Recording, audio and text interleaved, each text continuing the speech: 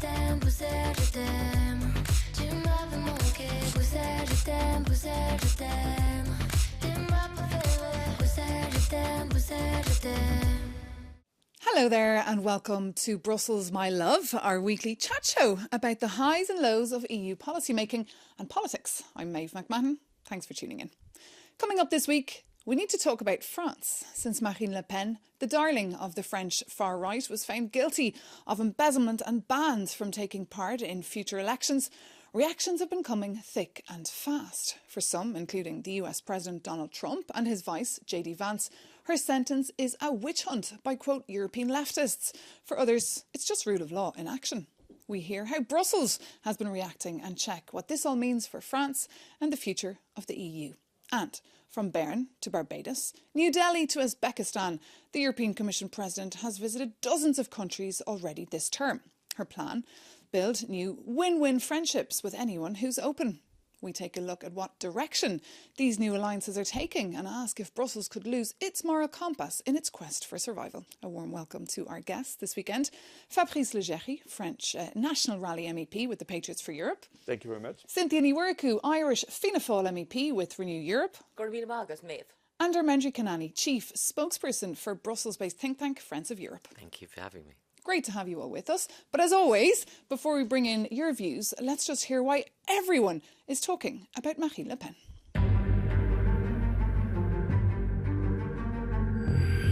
Be outraged, said one of Marine Le Pen's deputies on French television. This came after she was barred from running in the next presidential elections amid a corruption scandal that shook her party. According to Rassemblement National, France's institutions and democracy itself have been executed, are dead, or violated. And Le Pen even compared herself to the poisoned Russian opposition leader Alexei Navalny.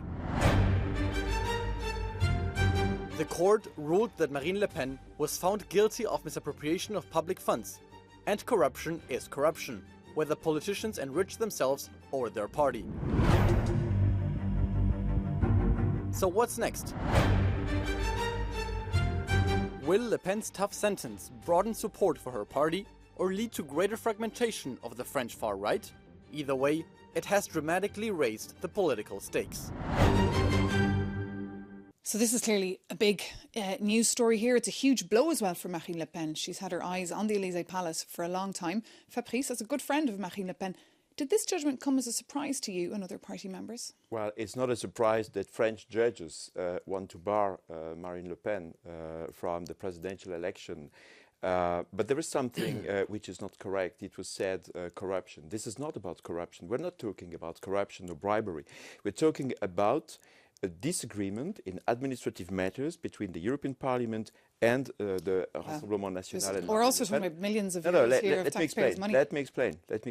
These employees are not fake employees.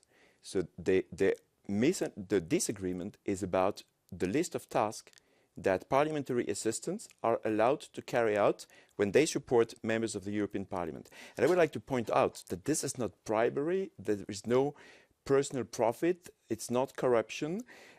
It's completely different, for example, from what happened in the parliament with the Qatar Gate and the socialists. But it is a case that we've been following for years. It's been going on for years. Almost everyone forgot about it because it's just been going on for so long. The details, of course, you can read about that case on euronews.com. But Darmendra, Marine Le Pen seems stunned. She's claiming she's innocent. And also, I'm a bit stunned by your statements, I'm afraid, Fabrice, because it's like tortuous and playing with the kind of interpretation of words. When does embezzlement not constitute corruption? We're talking about 2.3 million, right, that has been embezzled for party use and party appropriation. Senior people within the party were fully aware of what was going on. The court has judged that. And what's happened is your colleague, Marine Le Pen, frustrated the legal process for over 8 years. The judges have said that this is constantly being delayed, and suddenly we have a judgment. And what you're saying is the judges are suddenly to blame for being politically motivated. So what message does that give to every embezzler and fraudster in Europe and the world to say, actually, I'll have 1.2 million, thank you very much, but you know what? Oh, the judgment's politically motivated. Why does it suddenly mean that because we have Marine Le Pen in the doghouse, if you like, in being judged, suddenly it's politically motivated, and suddenly French democracy is at part. Ask yourself this, and I'll end on this. Do the French people want a convicted criminal as their president in the future? When will she then dip her hand in the tiller in public funds, given what's happened 8 years ago? Let's bring in Cynthia Niwerku here. How have your political group been reacting to this news? I presume there are mixed views within the group. My personal view is 100% on Darmenja's side and 0% on my fellow MEP colleagues' side.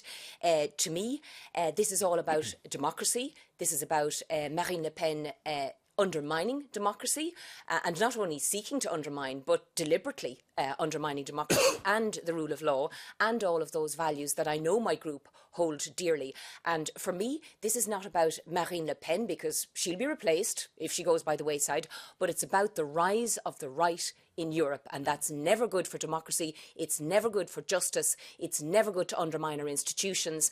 And we've got to ask the fundamental question here behind this story: why is this happening, and why aren't we reacting more to dealing with the rise of the right, which is never good, as I say, for the rule of law or democracy? And how are her supporters feeling now? Will they be taking revenge, you think, for this? Well, I would like to say that this is, we are fighting for democracy.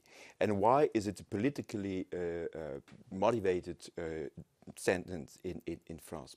The judges say themselves they want to charge Marine Le Pen because they don't want Marine Le Pen to be the candidate for the presidential election. There was even some statements 3 months ago from the prosecutors saying, well, in this part of the file, it's empty. I don't have, let's say, material to charge Marine Le Pen or Front National at that time, now Rassemblement National, but nevertheless, I want to charge them. And even about what even is saying, the he's secretary, saying the judiciary are not independent. And the evidence is That's clearly there. That's simply ridiculous. Let me He's saying that they can't be trusted, Let me and he's explain. encouraging the people of France to mistrust the institutions of the judiciary. To me, that's preposterous. Sorry, Finish your point, and then... They're two different notions. Absolutely not. Independent, yes. We want an independent judiciary, and I think it is. You have but it. we also, But you don't like the decision. No, what we don't like is that when the French judiciary is not neutral, because justice and judiciary should handle everyone in the same way. You're just shooting the messenger. You're just shooting the messenger because you And- don't like the judgment. There's a right of appeal. Let's see what the Court of Appeal falls. And I think Marine Le Pen is shocked. They right? invented the notion of public order, democratic public order that would be troubled by Marine Le Pen. This legally doesn't exist in French law. And But look, let's just zoom out. Even the former Secretary General of the Constitutional Court of France made a statement publicly and said, this is not the rule of law. So what? But no, The no, thing at the end of didn't the sit day, on the court the itself rule to of make law- that decision. the rule so of what law if he, means- they came out But with let's a just statement? take a step it's back. irrelevant. The best- rule of the law biggest- means justice is the same for And everyone. Fabrice, I think the biggest punishment here for Marine Le Pen is not the sentencing, which clearly she might even get out of, but it's the fact that she will not be able to run for public office. Well, for she the might. next 5 She's years. going to mount an appeal, she says. So There we'll is an see. appeal. And the Court of Appeal has facilitated her by saying, we'll give you a decision by next summer. So she's going to be given the benefit of the doubt. She'll have her right of appeal, and we'll see then what the judiciary say. But in the meantime, it's the undermining of democracy that deeply, deeply affects me and drives Armandra- me on in the European Parliament. And she to be on the compared herself... Democracy Shield Committee. And her comparing herself to Alexei Navalny. that brought a smile to my face, and the irony of it is fascinating. Here is this is what I'm saying, Fabrice. You may say what you say about the judiciary, but at the end of the day, there's a case that was heard. It was actually set out very clearly on the basis of evidence. This is what she should do. And don't forget, the banning comes from a piece of legislation she herself promoted because at Correct. the time it suited her. Now it doesn't, so it's okay. No, I don't want to. She also compared herself to Martin Luther King Fabrice, Jr. you're smiling because you know that's the And truth. anathema. But it's the No, truth. I- No, but I haven't finished. I'd like to know why it is that you and your party are able to feel the sense of conceit that you can actually cover up such a huge lie, and the damage you're doing to the lives of people that may have faith or trust in you because they're lost, vulnerable, and being left out, which you and your party, I'm afraid, prey upon, as does the Trump administration and others.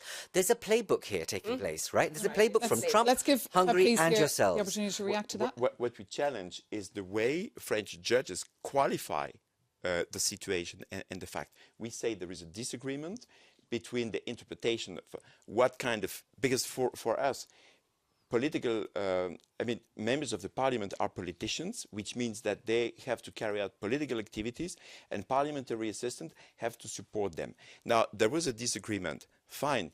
But what we challenge is the legal qualification which is made by French judges. It's all about the French But judges. you can challenge that in the Court of Appeal. Yeah, So and- do that. and this- do that. But but when- don't spread misinformation about who said what, who were not part of the makeup of the judicial bench and the number of judges who made the decision. But- Let the courts decide. They're independent. But even the Minister of Justice, Mr. Darmanin, was shocked and said in the National Assembly in France that he expects that the appeal will be scheduled in the most reasonable time frame. So, If I may, and this is what happened. Very, very quickly, what's really sad about this is this scandalous notion of a party coming together the way it is, to believe you can get away with it. But the biggest casualty here, right? The biggest casualty, no, actually, and I totally agree with you. The biggest casualty here is coming out of the playbook from Trump, Boris, and now here is truth. Truth becomes malleable, open to definition, and suiting political gain. Once we have that in our front door, everything's done for. But We're also buggered. undermining independent institutions, whether it's judiciary. I was a barrister for 27 years. Do you think I walked in there and I doubted that the judge couldn't be independent in the face of both arguments being made, or 3 or 4 arguments sometimes being made?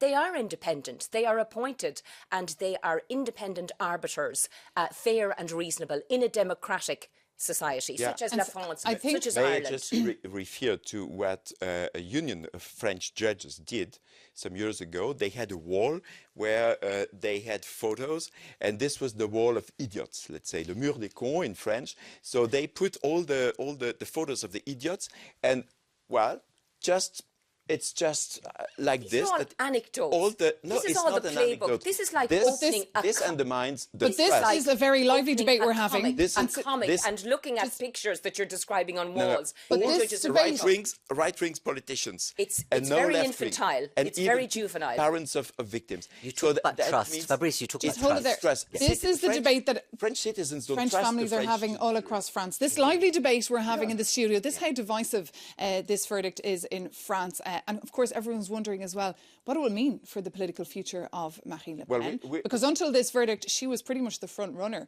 for the next presidential elections. Let's bring in Jean-Yves Camus. He's the well-known French political scientist, to hear if he thinks she should throw in her towel. Non, ce verdict ne signe pas la fin de la carrière politique de Marine Le Pen. No, this verdict does not mark the end of Marine Le Pen's political career, because in all the world's democracies, there are appeal procedures that can go all the way to the Court of Cassation and possibly result in a more lenient sentence. The party is thinking about a plan B. This plan B is almost certainly determined in advance. It's Jordan Bardella, who for the moment isn't saying that he's the person who could replace Marine Le Pen because he has to support the party leader and stick together. Today, the Rassemblement National has over 10 million votes. The pool of voters is much larger than the pool of activists. Plus important que le réservoir de ceux qui militent. And that was Jean-Yves Camus there, political scientist. So what is the plan B here, Fabrice? First of all, I want to stress that Marine Le Pen is our plan A. and she's the candidate, and she will run for the presidential election. So this is our expectation. So there will be an appeal next year in 26. So there is a legal way for Marine Le Pen to be allowed to be the candidate. And of course, we do support. And last week, there was a big political gathering in Paris to support Marine Le Pen. Not an awful lot. There wasn't a lot of people. 7,000 There people was very few only. people They there. expected tens of thousands. We expected 8,000. In practice, there were 10,000. And as usual, the police always say a little bit Again, less. mistrust in No, the independent but that's institutions of the state. If it's that's- not the judiciary, it's the game. la police. And she gave that, Gendarmes, during that they're rally, wrong. she gave a very aggressive It's the game speech. in France where you had the. It's a game for patriots. It's a game for Marine Le Darmendra, Pen. let's talk Can I- about can The I- far Sandy. left Yeah. said they were 50,000. There's Jordan Bardella, of course, who's of waiting course in the there wings. is, but can the we young kind of, 29 for a -year-old. moment, because this is a playbook that keeps on coming out, and then, you know, he says what he says because and I say this with all respect, but there is a playbook globally and an ideology that you and other acolytes are pursuing. Let's bring it down to people. You spoke about trust. We launched a report this week called Voices for Choices, Data for Decision Makers, right? We've surveyed 2,000 young people in Europe in the 5 key markets of France, Germany, Poland, Denmark. 65% of young people in France have the lowest amount of trust in politicians. They believe politicians and the media are polarizing France. So whilst Bardella is our, pin-up boy for the youth, young people are being able, and we mustn't kind of suggest that they are kind of easy to be, I suppose, changed in their minds.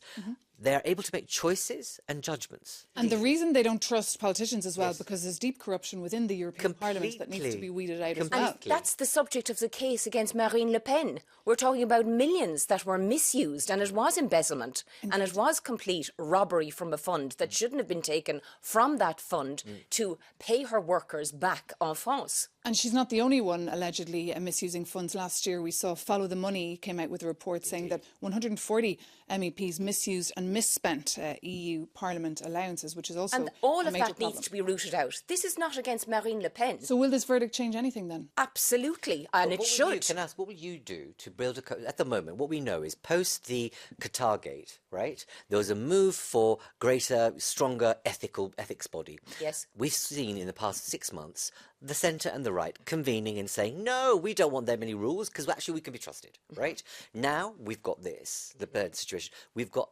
Huawei. At what point will you and your colleagues, actually who are not dirty, are interested in public service and integrity, say, we will have a broad coalition and say, we do want to have checks and balances Well, the in point- system. the But we point don't began have for that. me. In the European Parliament, you don't have that at the moment. Well, Very little change since the Qatar. absolutely the risk, the threshold. For Okay, you let to be Cynthia caught speak. is Let so Cynthia high. speak. I'm a new MEP, and the point began for me when I got elected, I can tell you, because I firmly believe in transparency, and I firmly believe in doing not only your civic duty, but your political duty and your professional duty. So I account for everything. Do I know that those standards are applied by every MEP out of the 720? No, I don't. But I do call for it on a weekly basis. Good. Yes, I do. Okay, just zooming back into France, it's very unstable politically. I guess the concern here as well, the impact this is having on the future of the country and the future of the EU. The budget deficit is still very high. Nobody can really fix France. We also have a president who's very weak. How do you see this all playing out, Darmendra? We saw, when you watched Marine Le Pen this weekend, it was very similar to what we saw with Trump, calling out the election being fraudulent and, Capitol Hill, etc. My concern is that I hope that people in your party can see that the French people are not just yourselves. They're a whole community out there. You believe in the principles of France and actually take that with a sense of responsibility, because otherwise we're going to end up in Trumpville in France. But his And party my is very concern popular. I mean, your party is No, but propping up so the- is Trump. Trump has got the largest, popular vote. What I'm saying is it's a time now. There is an ideology that's being bred that's very similar to the 1930s, and we must stand up for that and must stand up against it and be alive to And it. just on Trump, let's just bring in as well the tweet that we saw his Vice President Vance come out with the other day on this Indeed. case, saying they're trying to throw Marine Le Pen in prison and throw her off the ballot. That is not democracy. The relationship with Europe will get tested if they keep throwing opposition leaders in jail. More interference that we've seen right across Europe, with Musk interfering with German elections and propping up. And that's what the French Minister right Bayrou said as well. It's the same thing over and over. President Obama, several years ago, said that, French people should vote against Marine Le Pen. So this was a kind of interference. I think we are in the globalized world,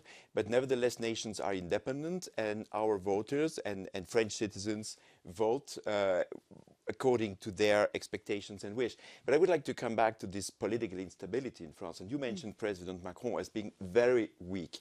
Indeed, he's weak. And why is it so? Because he failed his policies. So the legacy, the huge debts, we have never seen something like this. So he was supposed to be... You're from his party. I don't know if you want to... He was supposed to be the master of finance, supported by many skilled professionals in finance and what But it's not just that France is, it's just not fixable. But It's not all about finances. It's not all about him ruining an economy. He hasn't ruined an economy anyway. Sorry, there's more to a society and politics than an economy. There is also the rule of law. There is also a society that must be cared for. People who aren't as well off, all of that. People who are disadvantaged with regards to education and so forth. And I would submit, and I'm certainly not a front runner or a supporter for the President of France, because I don't know exactly intimately the politics of that country, but I do know that President Macron upholds the rule of law and democracy, and he tries to work for the betterment of all aspects of society and all parties in society. Let me explain how Macron understands rule of law and democracy. In July 24, he dissolved the the National Assembly. There were 2 rounds of elections. In the first round, we were the front runners. So let's say that the Patriots, Rassemblement National, and other allies, in total, between 37 and 40% of the votes.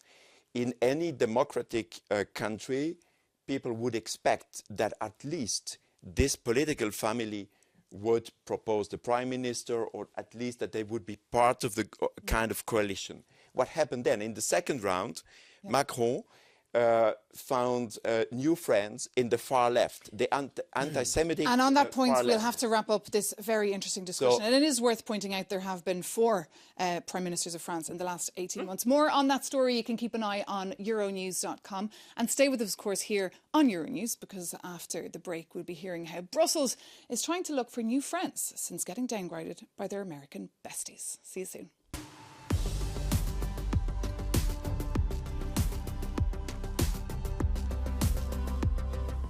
Welcome back to Brussels, My Love, our weekly chat show here on Euronews, where we're just taking a look back at the news of the week. And one we wanted to deep dive into was this: the EU accelerating efforts to make new friends and partners across the globe. Just last month, the whole Commission cabinet went to New Delhi to discuss a trade deal that's been under review for years. And just last week, the first ever EU Central Asia Summit took place in Uzbekistan. And an EU-China summit has been scheduled for this July. Looks like the Commission President is making good on the message she sent to the US President on the week he was inaugurated in January. Europe will seek cooperation, not only with our long-time like-minded friends, but with any country we share interests with. Our message to the world is simple. If there are mutual benefits in sight, we are ready to engage with you. Ursula von der Leyen there speaking earlier this year in Davos at the World Economic Forum. Fabrice, what do you make of this speed dating around the world? Well, I think European politicians have to promote the interest of Europeans. And we have to be pragmatic. And you know what President Trump is doing? He promised to promote, as a patriot, the interests of Americans. And he said America first. And what we say in Rassemblement National, in the Patriots for Europe, we say, well, let's prioritize the interest of our people. So if any kind of international economic cooperation can help and let's say support the interest of our people, Even though, That can be ironically, good. he will hurt the Americans most Yeah, at the end of the day. I think the only good thing about the Trump experience is that it's given us a real shake-up, a real wake-up call. So let's make Europe great again, I say. Yes, let's get on with That's it. your mantra. That's is your our mantra. Yes. The Maybe you want to join. Patriots for Europe. Not from the playbook of Trump, though. Oh no, from the playbook of democracy and the rule of law, and Patriots making for sure Europe. that we trade with countries, that we also work with them in terms of democratic values. Yeah, and sorry, not make Europe great again at the cost of bankrupting Europe, like we But when see it comes that, to democratic Trump values- is doing to America now, and just- affecting the citizens extremely badly. You touched on an interesting point there, democratic values that the EU should be upholding. Last week we saw the first ever EU Central Asia summit in Uzbekistan. What did you make of that? Firstly, this is long overdue. Right, and I agree with you. It's a good kick up the backside, because actually it's great, and I mean, great that Ursula von der Leyen stood there and said we will work with anybody who has a mutual interest. I would say to her, put PS that share our values, please. Otherwise, what you're doing is you're just basically doing a cut and paste of MAGA and everything else. And one has to be really clear: you don't want to make Europe great again. Europe's great already. Not, It just not- doesn't not have quite to be great on undermined. the But it competitive doesn't- edge, yes, though. there are other. Not There's always going to be quite fault great. lines. But the beauty of this project is built on the foundations of peace, integrity, and human rights. Yes. Let's not forget that. That's not what America's doing at the moment. But I think it's rich for us to say that democracy will be kind of the biggest issue when what's happening in Hungary, what was happening in Poland beforehand, look what's happening in France, etc. and so forth. So we kind of Exactly. we That should not has to be in we the should mix. not sort of stand up and say, okay, we want the greatest democratic deal happening. Just understand and be self-effacing. But what we do need to do is create different trade flows with Africa, Latin America, With and less red Asia. tape. With less red tape. As We long need as to be that's more not at the agile. cost of Less human bureaucracy. I rights. agree. That's the Less yes. bureaucracy. I that's think the other everyone can yes. agree on that, Fabrice. Less bureaucracy, that's for sure in the interest of everyone. I would like to come back to the concept of democracy. So there is now in the EU, in the Parliament, the so-called EU Shield, Democratic Democracy Shield. Shield. Yes. And now I can give you the example of this understanding of the rule of law, again, by Madame Loiseau, the chair of this committee. my and colleague. switching off the microphone of a colleague, not mine, but switching off the microphone of a colleague and saying, you are not allowed, I don't allow you to say this in the Parliament. Not true. But let's I take- was That's actually democracy. present. Okay, I you don't were know there, whether and the then- gentleman oh, was let's hear present. briefly. I Big was joke. there. I was there, and that did not happen in the way that it's being reported. by Well, my let's go French back to the colleagues. We discussion cannot at give hand here, lessons to which is other about the countries EU in the opening world. up. And I'd like to bring in another view here and listen to Matthew Robinson. He works for the Euro Gulf Information Centre. The United States will continue to be an important partner for Europe. But saying that, I think what the ongoing tensions and the tariff disputes have stressed the importance of is that Europe's future cannot hang on the political mood swings of Washington, D.C., depending on the administration of the day. The EU needs smarter relationships. We need broader relationships, and we need to reflect on the opportunities that exist. But Europe needs to tread carefully here and not double down on more protectionism to fight this current tariff war with the United States. So, Fabrice, are these just mood swings we're seeing, or is the US really on a path to isolation? Well, Donald Trump, as a candidate, promised to American voters that he would protect them against mass migration. So that's what he did with the borders, that he would protect them against, well, trade or imports. So he's increasing the tariffs. So I think he's just doing what he promised. But he promised to address inflation, and these tariffs are inflationary. Let's see. We will see what's going on. How is he protecting his voters No, when he's going to put tariffs on pharmaceutical companies I'm- so that American people... Well, let's deal with reality. I'm not American promoting people Donald Trump. won't be able to get their drugs. But you are promoting the fact, in your introductory remarks, you did say, well, of course, Donald Trump led out on returning the think country of to Donald its Trump? glory. Can we talk about promised. Europe, though? This is so enraging that everything has to be a reaction to Mr. Trump. And when do we start defining our Correct. own trajectory Let's lead and out. own ideology? Europe should see this as an opportunity to say there's a 350 million market, but actually the world represents a 1.5 billion market, Really tiny. right?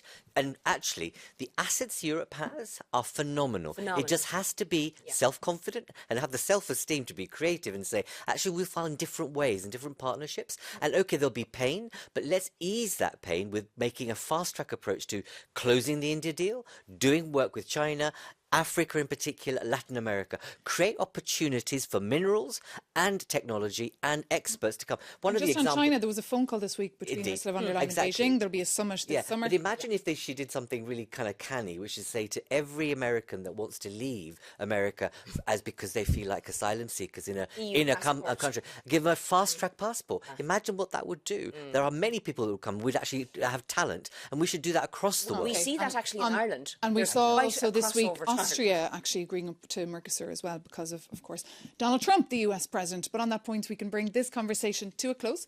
Thank you so much to our panellists and thank you for watching. Stay with us here on Euronews.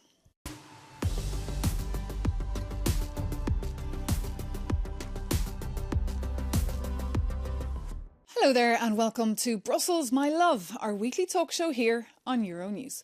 I'm Maeve McMahon and this week I'm joined here in the studio by the Irish MEP Cynthia Ní Mhurchú from Renew Europe, the French MEP Fabrice Leggeri from the Patriots for Europe and Armandri Kanani from Friends of Europe.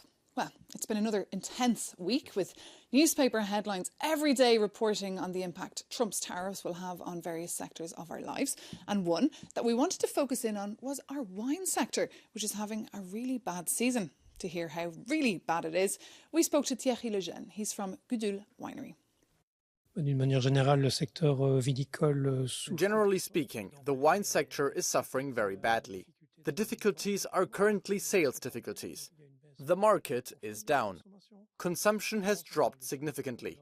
In France, we're talking about a 70% drop in consumption over the last 30 years. So that's huge. This means that major producing countries like France are heavily dependent on exports. The drop in consumption is due, among other things, to health policies that condemn alcohol consumption through wine. But by promoting alcohol-free wines, we're changing the addiction, because it's important to remember that these wines, which are essentially industrialized, are generally full of sugar. Généralement bourré de sucre. And that was Thierry Lejeune there, hammering home what's at stake for the industry. This is a big deal, Fabrice, especially for France and indeed Italy. Well, indeed, there is a drop in consumption of wine. There is a cultural trend. There are many reasons for that. Perhaps wine is more expensive than beer, for example, and other beverages. But I think we have to address this in the long term in a structured way to educate younger generation to, in fact, drink wine in a reasonable way. I mean, in a healthy and reasonable way. But this is part of the identity not only of France, but other, let's say, countries in Europe. I have in mind Italy. Did you convince your young voters Spain, in Ireland to... This time I agree 100% with Fabrice. I just want to say that before we get to the end of the programme. This is where I agree 100%. It's so important to protect our European wine industry.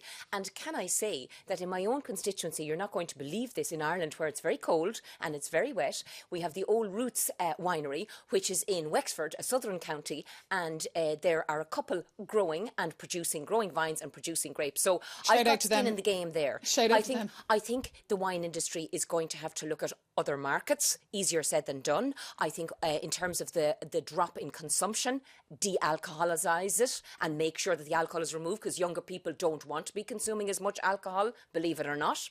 And I also think perhaps just attack those new markets.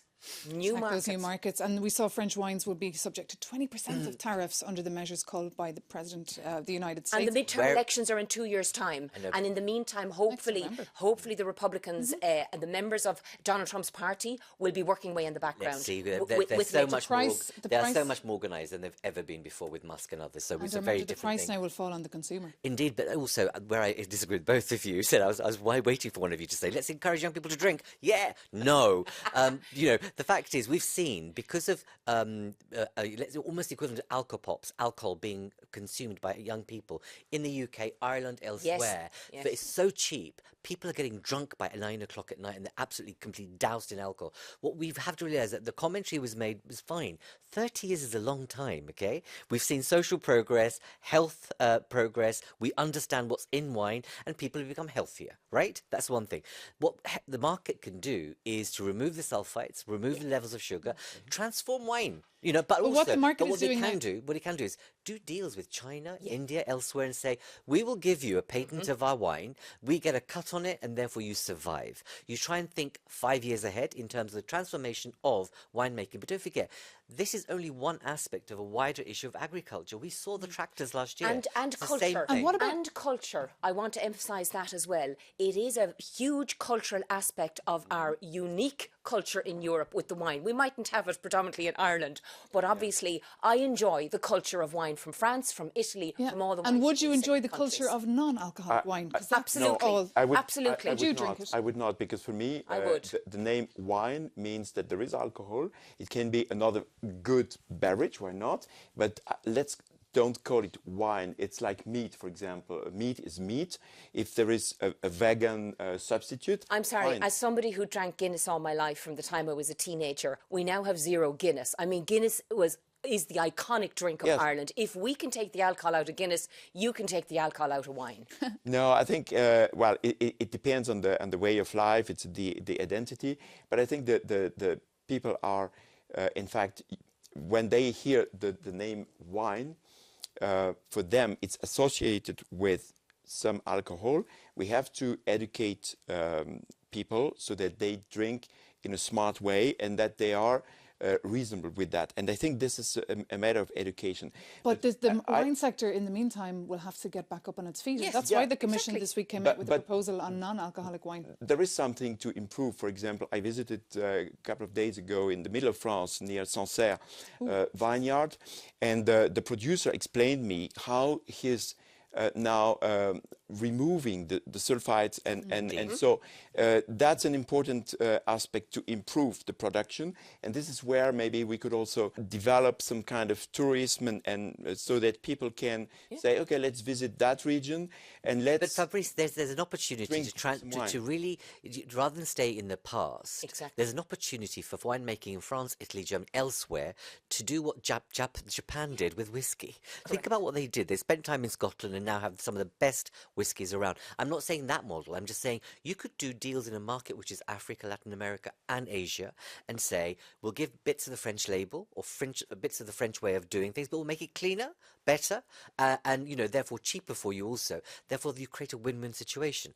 Rather than simply thinking that we can stay as we are and just remove a few sulfites, I think you need to create a future-focused winemaking industry that does the deal-making, but also transforms wine consumption so it can be both healthy without the alcohol, and for those who want alcohol can have it. But you have to be responsible in what you're promoting in terms of habit. And also as a cultural heritage, again, I go back to that point. Vineyards could be places to visit, not to taste alcoholic wine all the time or non-alcoholic, but Indeed. to actually look at the agriculture behind it and the science behind it. Precisely. So places of interest. We And have on to that point, promote we can agriculture, bring yeah. Yes. It's this- part of our landscapes and And identity. we'll have to bring the conversation to a close now. Thank you so much, Fabrice Legeri from the Patriots for Europe, for being with us.